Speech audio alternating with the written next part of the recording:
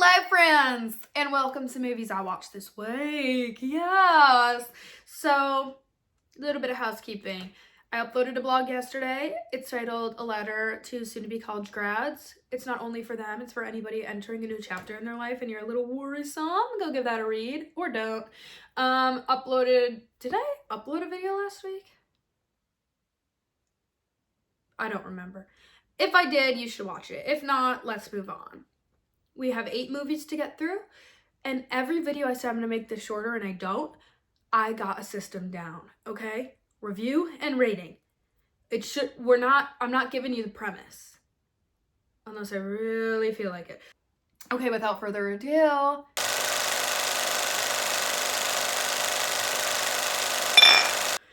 The first movie I watched this week was Devil in the Flesh. It is available on Tubi. 1998, directed by Stephen Cohen. I watched this movie because it was in the recommended after I watched American Mary, so I just popped that on.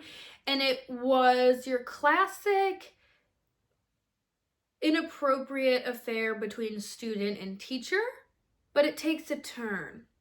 And I don't ever like to say that movies are bad or that I didn't like a movie, but this wasn't great. Like, if you wanted a movie in that genre, maybe Wild Things, maybe Crush, maybe Miller's Girl. I don't really like Miller's Girl, but you know, the only difference about this movie is that Rose McGowan, who is the lead, she plays Debbie Strand, she's a murderer.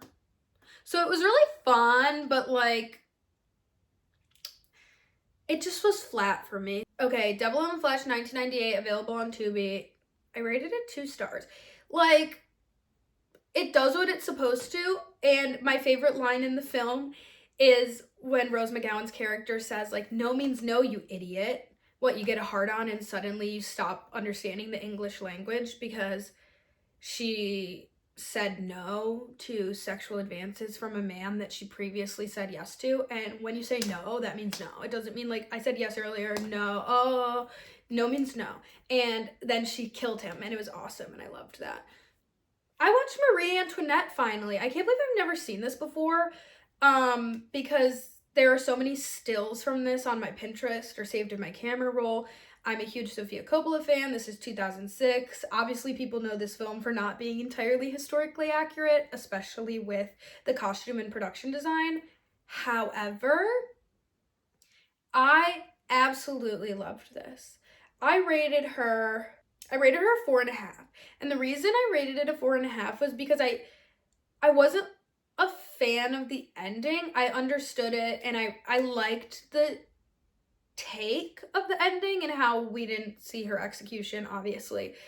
But I think it really romanticized this era that we're eerily mimicking in the United States of America, with the uber rich 1% super elite having everything, and then the people of France in this film, or the working class Americans, are struggling to survive.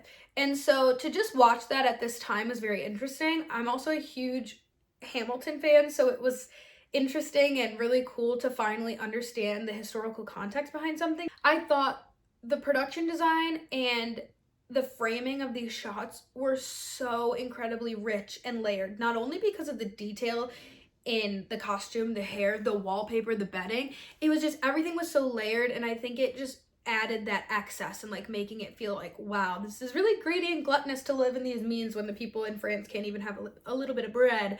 Overall, I just thought it was a fabulous film, and now I want to watch a documentary to understand the actual historical truth of Marie Antoinette and King Louis. I can't imagine at 18 years old being the queen.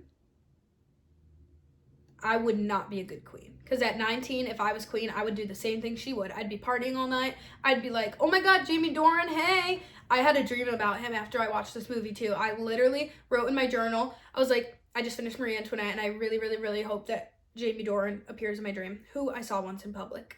Anyway. And he did. Except, wait, little anecdote while you're here, because I feel like if you're watching my videos, like, you maybe care. Anyway. I often have romantic dreams. never been in a relationship, you know, don't do any of that jazz. So, and I'm a romantic, a hopeful romantic, because I believe that that's going to happen one day. And if it doesn't, like, I'll just be alone, and that's totally cool too. But I often have these dreams where there's like a really attractive man and we fall in love. And then in the morning, I remember the dream, but I can't remember his face. So I'm assuming it was Jamie Dornan, but it also could be the faceless man that's a reoccurring character in my dreams. I've never once seen his face, but every time we're like, I can't even get into it. Kirsten Dunst is great in this film. I love her. If I had to bathe in a nightgown, it would just be sensory overload. I'd be so uncomfortable. And Jason Schwartzman is so funny. And he doesn't have many lines. His physical comedy is always enticing. I'm a fan of his. But in this film especially, I just thought he was so hilarious. And I loved the aesthetic of it. I love the aesthetic of Sofia Coppola films. I loved Priscilla. And they didn't get enough credit for Priscilla, okay? Marie Antoinette, available on Tubi, 4.5 stars. Next movie I watched, and I can't recommend this enough to you, Dead Man's Curve, 1998, on Tubi. I did a Tubi sweep this week, okay? Dead Man's Curve I clicked on because of Matthew Lillard. Huge Matthew Lillard fan. I love SLC Punk, I love Scream, and I love this movie. And the entire first, second, beginning of third act were so incredibly cliche, corny, and hilarious and fun. And then the last 20 minutes were crazy. And it's kind of like, it's not a murder mystery whodunit by any means, but it tells a story about a group of college kids who find out that if your roommate commits suicide, you get a 4.0. And these are wealthy, rich kids who don't want to work for their grades. They just want to put 4.0 so they can go to Harvard. They don't want to put in the work. And so they're super envious of their one roommate. So they craft up this whole plan to kill one of the roommates and make it look like a suicide. And then all of this bad shit happens and their plan is like, it gets crazy. And the last 20 minutes, my jaw was on the floor. I was like, what? I didn't predict this. And it was just so enjoyable and so fun. And I just really liked it. I rated it 4. It was going to be a 1 star for me until we got to the last half, which I know that doesn't mean it's a great film, but I like to watch films for what they are. And this was just a great, lighthearted, really well done horror film. Honestly, I would think it was kind of a comedy because I thought it was really funny how they were like, well, we'll just make our roommate look like they killed themselves so that we can get a 4.0. As if it was something that was just easy to maneuver. It did kind of give me vibes though, like Stu graduated and went to college and was trying to find his next Billy, but that's just because I've watched Scream so many times that I connotate Matthew Lillard to Stu. But if you're looking for something that you can put on and just like have a laugh, not take it too seriously, definitely Dead Man's Curve on Tubi, 4 stars. And the reason I rated it so high was just because it gave me that feeling of like, I love this. Okay, the next thing I watched, which I've been waiting forever and ever and ever to watch, which is on Max, is Paris is Burning, 1999, directed by Jenny Livingston. I've heard about this film a million times. Obviously, it's so iconic. It's also so important. And I remember the Criterion Collection where Zoe Kravitz pulls out Paris is Burning. And I was like, I've been wanting to watch this for so long. And it's on the list that I have. I don't know when I made this list. I didn't make this list, but I have this 3-page list of movies, which I think are the top 100 movies of all time. I didn't write down what the source was. If it was like Deadline, Variety, if it was Letterboxd's list, I have no idea. So it's just kind of fun for me to watch movies and then come back to this and be like, oh my God. So I recently crossed off Blue Velvet and then Paris is Burning. Okay, this film is so incredibly stunning. Not only is it visually stunning because of the costumes and the makeup, but it's not like it's costume design. This is what these people wear. Like, to get a glimpse into 1980 New York City of African American and Latinx drag queens and the drag ball scene in Harlem, talk about a gift. I've never ever known the intricacy of these balls, and I'm primarily exposed to drag because of RuPaul's Drag Race and just watching a bunch of movies. You know, drag and queerness that makes up cinema. Without queerness, without drag queens, without trans women, especially, like, cinema is so important because of the queerness that creates it. Luca Guadagnino said any great movie is gay. But I also am just so interested in New York City nightlife because of all of the stories we hear, and to watch this and get to see it for myself was so enjoyable. The amount of time and craftsmanship that goes into the hair, the costume, the makeup, the walk, the presentation of these drag queens in these balls is so beyond incredible and inspirational, and the dedication they have to their craft, and just hearing their testimonials was so interesting to me. I just, like, felt like a fly on a wall, and I felt like I was getting really good advice from like oracles, talking about, you know, you have to earn respect from other people. You should respect the older people that came before you and allowed for you to have the conveniences that you have in whatever industry that may be. For them, obviously, this was drag. But it's the same thing. Like, you can criticize the people that came before you, but you should also acknowledge and respect the work that they did that afforded the conveniences we have today. And also, while this film is taking place, it talks about homophobia, transphobia, racism, AIDS, and poverty that are all coexisting with one another, because even though in these balls they have a safe space where they can come together and share this experience and this beautiful culture, I loved how they were talking about the different categories, and there were so many different categories, and I was like, there really is an opportunity for everybody to participate. And though they are competitive and a little shady with each other, when the one queen has on this coat and they're like, that's a men's coat, and she's like, the buttons are on the right side. I just loved seeing that, because I feel like with RuPaul's Drag Race, we see a very specific type of drag queen, like very successful, very, very sure in themselves. And I really liked how this film showed, I can't remember what the person's name was, but they were talking about how they hadn't performed or walked in a ball yet, and they kept being pressured to do so. And he was like, when I'm ready to walk, I'll walk. Okay? Like, give me my time. I just really loved this film, and I think more than ever, it's so important to hear these stories and see that intimate portrayal of the fashion and the beauty. And these balls are just so amazing and incredible to me, and I just love the community that they bring together in these rooms to showcase one another's talent and support each other, even though they're competing against each other.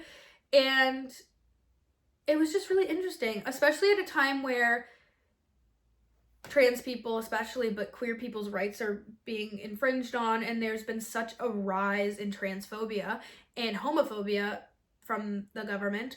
But specifically now more than ever, people feel more comfortable to express that transphobia and homophobia because of the world we're living in. I recommend you to watch it. It's on Max, which I lowered my subscription to $9.99 because I just can't afford that. I just can't afford that jazz. Okay? Paris is Burning, Max, 5 stars, obviously. The next movie I watched was Heretic. It is also available on Max, and I gave this movie 4 stars. I wanted to see this movie in theaters so bad, and I didn't get to it. And again, just like another movie that's so interesting. I think it's like divine timing when you have a movie on your TBR where you're like, I really want to watch that, and you put it off and you put it off, and then when you finally do watch it, it's almost like divine timing. That's what happened with Paris is Burning, and that's what happened with Heretic. I just thought this film was so interesting because you go into it being like, this is a religious horror.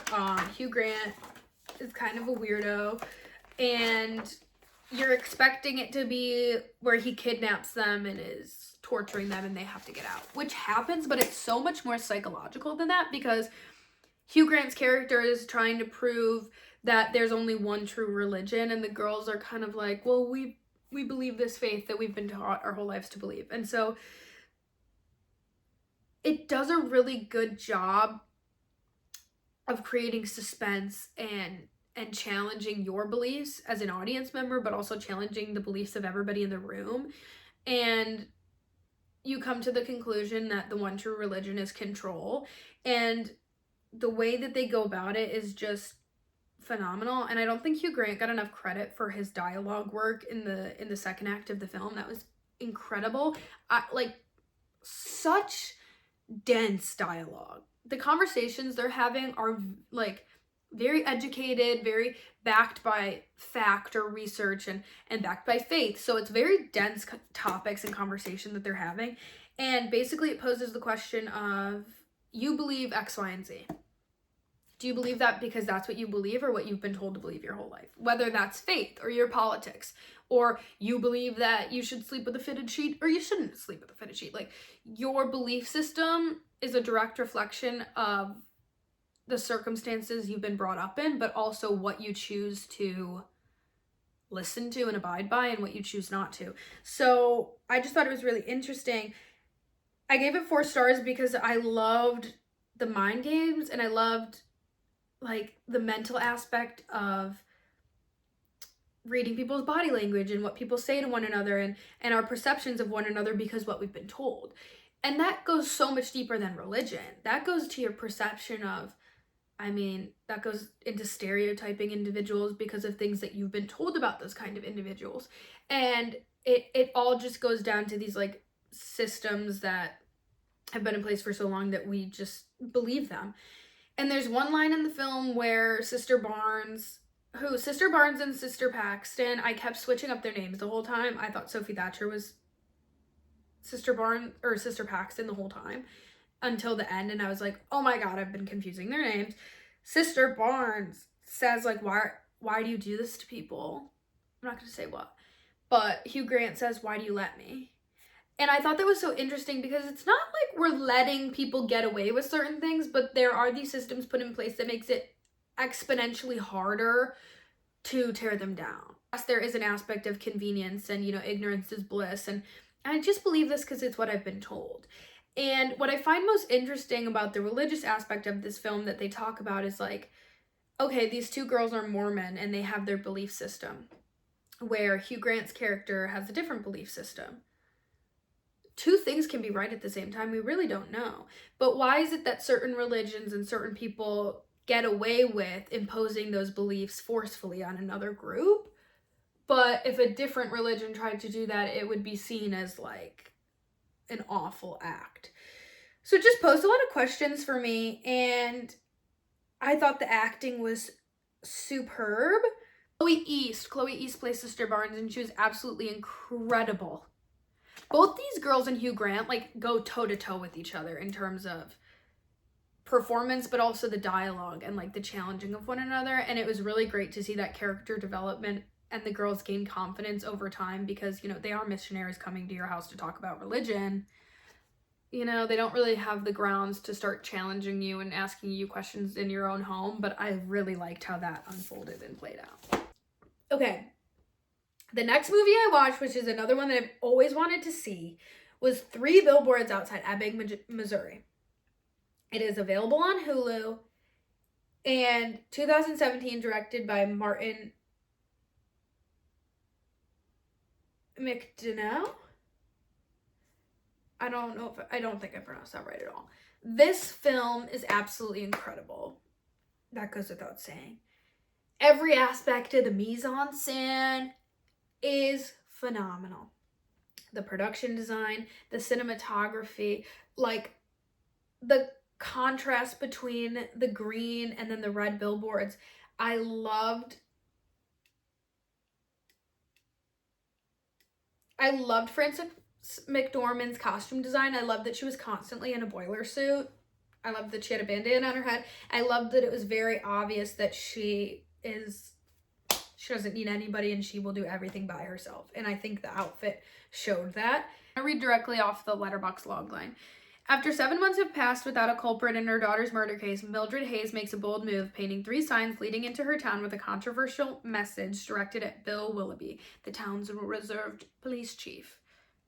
When his second-in-command officer, Jason Dixon, an immature mother's boy with a penchant for violence, gets involved, the battle between Mildred and Ebbing's law enforcement is only exacerbated.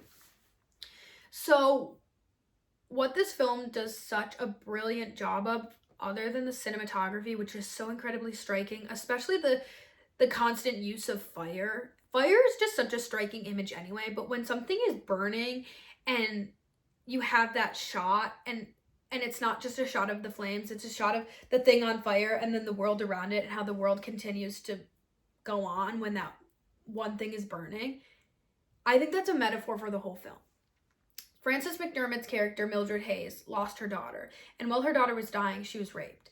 And so she's been having to deal with not only the loss of her daughter, her ex-husband, who used to abuse her, also left her. So it's just her and her son. Oh. Lucas Hedges. Another one that I met in real life, and he signed my playbill. Anyway, so it's just the two of them. So not only is she dealing with the loss of her daughter, but it almost seems like because they didn't find her rapist and her murderer right away, they just kind of gave up on it. And this is a very small town. Everybody knows everybody's business, you know, very small police force. It gives like Stars Hollow. Everybody knows everybody's business. So I don't want to say that she feels personally like victimized by it, but it's almost like you forgot about my daughter and what happened. Like, how do you just stop looking because you didn't find a blood match in the town, so you just stop looking and you just give up? And I thought with the symbolism of the fire, and like the billboards do get burned down and she puts them back up, but there's a shot and she falls to her knees and the billboard is burning in front of her, and her son Lucas Hedges is right here, and you see the billboard burning, but then like everything around it at a standstill. And I think especially when it comes to crimes such as this, of women being murdered, women experiencing domestic violence, women experiencing rape, we talk about it, and you know, it's awful, that shouldn't happen. But we don't have those conversations until it happens to somebody. We don't have the conversations that stop men, all people, not just men, but that stop men from thinking it's okay to put their hands on other people without their consent. We don't have those initiating conversations. We have the conversations afterwards where it's like, oh my God, they shouldn't have done that. I can't believe they thought that was okay. Like, we should start teaching people at a young age that those things are not okay, so that when they grow up and they're on their own in society, they understand that you can't touch people without consent. You can't force yourself on somebody else. Willoughby, played by Woody Harrelson, who is like, I just like think of him as an uncle. We have no relation. I just like consider him an uncle of mine. I don't know why. Parasocial relationship for sure. But he gives such an incredible performance.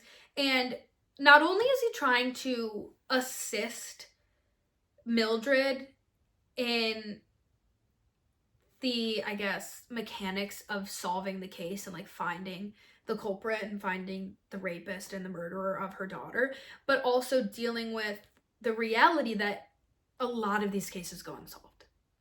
A lot of rapists are never convicted. A lot of rapists are never even called out for being rapists because of the society we live in, where our first instinct is to blame the woman. So watching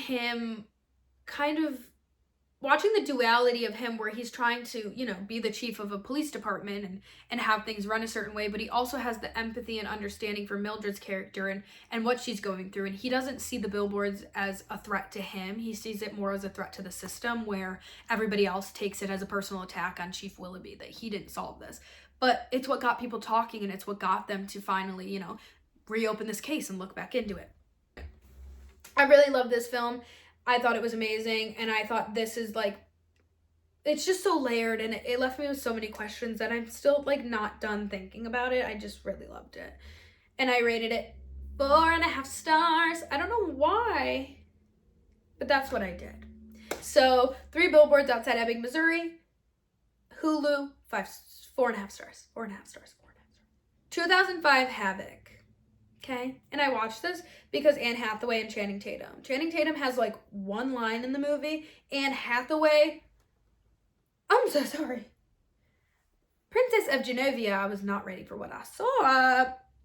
And this is your classic tale of a wealthy Los Angeles teen who doesn't like the fact that they're rich and, you know, living a life of luxury and privilege. So they rebel by, you know, getting involved in their local LA gang.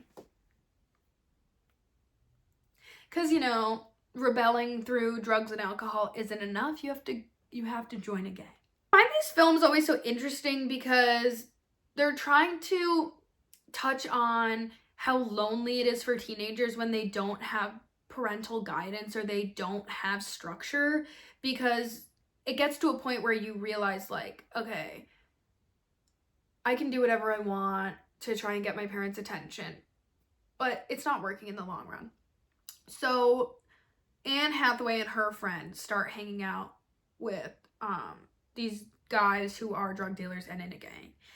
And Anne Hathaway's character, what's her character's name? Because this isn't Anne. This is Allison Lang. Is probably one of the most awful friends that you could have. So terrible, so evil, so awful. Because there's a part that comes, like, let me give you a synopsis. So the film starts and we see all these rich kids, and it's very much giving Bling Ring, where it's like, we're super rich, but we want more, and we want freedom, and we want to do whatever we want. And in their minds, they can, because there's really no consequences, because their parents will just pay for it and take care of it. But they see that as like, oh, my parents are just going to pay for everything. Like, wow, there's people dying and we're just rich. Yeah, but you're adding to those issues by trying to make them seem like they're a fun hobby. Like, joining a gang is not a fun hobby you do on a Tuesday because you're mad your dad didn't come home after work. But as the film goes on, you realize that there really aren't real life implications for Anne Hathaway. Like, they're just kind of skating by and getting away with all of these things. She even gets arrested at one point, and her dad's trying to reprimand her, and her mom's like, what kind of soup do you want for dinner? I just thought this was really interesting. It gave me like Palo Alto vibes a little bit. Bling Ring, obviously. And there's this one movie with Kirsten Dunst that's super, super similar that I watched last year. That I think did a far better job of telling this same story. Crazy Beautiful. I think it does a way better job of telling the same story. But there's one moment, like, the climax of the film is that Anne Hathaway and her girlfriend, who I'm doing a disservice to by not remembering her name, Anne Hathaway and Bijou Phillips, Emily and Allison. Okay, they're bestinos. There's a brief moment where you think they're gonna have like a lesbian romance. They don't. They definitely don't. So then they go out to a party with these guys in the gang that they've made acquaintances of theirs. And they all go to this motel. You have to remember they're like 15, 16, 17 years old. Okay, they're little girls. They're kids. And they go to this hotel room and they're drinking with the guys. And then, you know, they say the silly thing like, we want to join your gang. How do we join your gang? And to them, they just kind of probably think it's like, ooh, do a shot and like we can be your groupies. Like, we just want to hang out and like be allowed to party with you guys. Whatever. And the guy's first thing is like, well, are you going to work a corner? And I don't think the girls take it seriously at all, that like, for them, this is fun. For the men, this is real life. That's what they do. That's what they do for work. That's how they make their money. That's how they navigate the world they live in. It's not a game to them. So then they ask again and they're like, we want to join your gang. No, really? And they're like, okay, it's a game of dice. You roll the dice, whatever number you roll on, that's how many of us you have to sleep with. Which, as a grown adult, you're like, obviously that's what they're gangbangers. And the girls are just, again, they're kind of like, okay, let's play. And that's when you start to see Anne Hathaway be like, oh, this is serious. This is not something to joke about.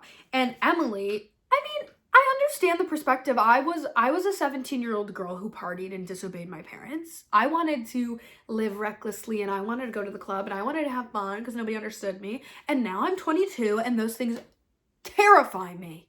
It terrifies me to be out past a certain time, okay? But you don't have those thoughts when you're a kid, because when you're a kid, you think like the world's out to get you. And so Anne Hathaway and Allison and Emily start to like hook up with these guys, and then And then halfway through, Anne Hathaway stops. She's like, I don't want to do this, never mind. Rightfully so. And she tries to get Emily to leave, and she's like, we should go, this is a bad idea, like we need to leave. And Emily's like, I always listen to you, I'm not listening to you, like I'm staying.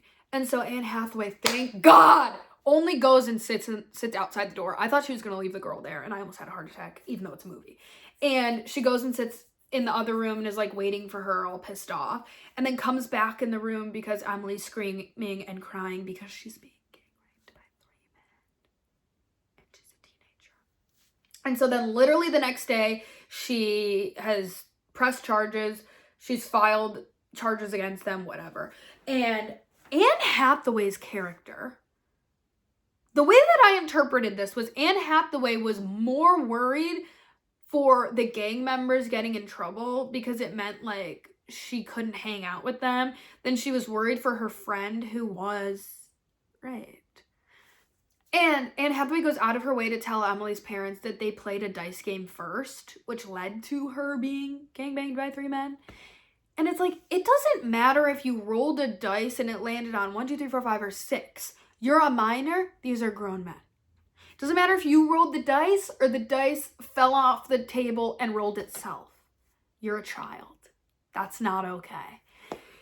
And watching this movie just made me frustrated with that theme that constantly comes up in teen television shows and films. The topic and the very serious issue of rape, and the idea that because you put yourself in that situation, it's somehow your fault. You're a minor. You change your mind, same thing as before. No is a no. I wish that when we told stories about sexual violence on screen, that we did it in a way that didn't always make it the girl's fault. Because the way that this film positions it is that Anne Hathaway and Bijou Phillips went to this party on their own and then decided to play the game, and them's the rules. Let's look at the big picture. They're children in high school. They may know better, but they don't really know the difference between this being for funsies and like actual very serious. And they found out in that room. Okay? Again, that's coercion. Not to mention these grown men like grooming and flirting with you and making you feel like you're one of them, like you're the same age as them, and then put you down and remind you that you're a kid. That's coercion, and that's not okay. And so I wish when we told these stories, it wasn't like, let's have the most graphic depiction of sexual violence on screen. Like, let's maybe reframe the narrative so that it doesn't always come back to what she was wearing or what she was doing that led to those events. What led, again, to the man thinking that, you know, coercing, is that the word? Coercing? Forcing 2 teenagers into a motel room to party because they think it's fun and games, and you're like, okay, we're going to take advantage of this situation. They're teenagers. I think I don't know what I rated it. I think I rated it like 2 or 3, 2 stars probably. Whatever. It's available on Prime. Okay. The final movie I watched was Mickey 17. I saw it in theaters yesterday, and I absolutely loved it. I loved it. I thought it was brilliant. Bong Joon-ho directed it, 2025 film. It's available in theaters, so I'm not going to speak too much on it. I'm just going to give you my overarching likes and dislikes. I didn't have any dislikes, really. By the trailer, I was really surprised that those caterpillar larva people thing had such a prevalent point in the film, because I just thought this was a story about Robert Pattinson playing Mickey, who's an expendable, but it was so much more than that, and boy, am I grateful. Naomi Ackie, I saw her for the first time in Blink Twice. She is the showstopper in this film. Her line deliveries, her performance, everything. She is the showstopper. Naomi Ackie also saves the day, so maybe just like remember that. Plot line, I loved how when she was exposed to the 2 different Mickeys, she just immediately was like, let's get in bed. Real. I loved her. I thought Toni Collette and Mark Ruffalo were so incredibly convincing as dictator partners, and I thought her infatuation with creating a magnificent sauce was such a hilarious plot point. So I did cry a little bit. I thought the pacing of this film was perfect. It's 2 hours and 17 minutes, and I was a little worried because I have not been able to hold my pee during movies lately because I like chug a water and a Coke Zero, and I hate getting up and going to the bathroom. I had to during The Monkey, and it was awful. So the pacing was crazy because I had to pee so bad halfway through, and I was like, this movie's gonna be forever, and it literally felt like it was over. I was like, wait a minute, how are we done? Crazy. Pacing was amazing. Robert Pattinson is probably one of the greatest actors in our generation. I mean, obviously he's my Edward Cullen, but everything he's in is so different, so layered, so incredible. He plays two versions of himself in this film, and similarly to The Monkey with Theo James, he's incredible. He is so breathtaking. His accent work, phenomenal. I just thought there were so many different themes of colonialism and ethnic cleansing of native species on a planet that you came to because you just thought you could go there and create your pure white race. But you did no research of the planet because they got there and they couldn't get off their ship for so long because of the weather conditions. And there's an entire species that live and inhabit the planet, and you just assume because you're humans, you guys can go and take it over. There's so many themes in here, and there's so many, like, questions. It's brilliant. And I was one of the masses that were, like, waiting to see this movie, and it was absolutely worth every second of it. I loved it. The one issue I did have was with the credits at the end. They had, like, a flickering font, and it kind of made it hard to read people's names. Other than that, I loved it. So Mickey 17 is in theaters, and you should definitely go watch it in theaters. Go to the movies. Go! Okay. And I rated it 4.5 stars. I just didn't feel a 5 in me, and that's totally my prerogative and my rating. So thank you so much for watching. Those are all the movies I watched this week. It was kind of a lot. Anywho-ha. Thank you so much for watching. I really genuinely appreciate it. If you want to like, that'd be so generous. Thank you. Oh. Or you don't have to. That's fine too. You can just look at the like button. Whatever.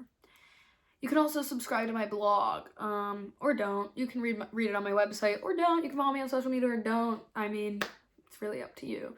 So, yeah, till next time, stay flirty, stay thirsty, and stay going to the movies. Watch more movies together, make more movies together. Okay, bye. Chin chin. I don't have anything to cheers you with. I'm not even going to pretend. Bye.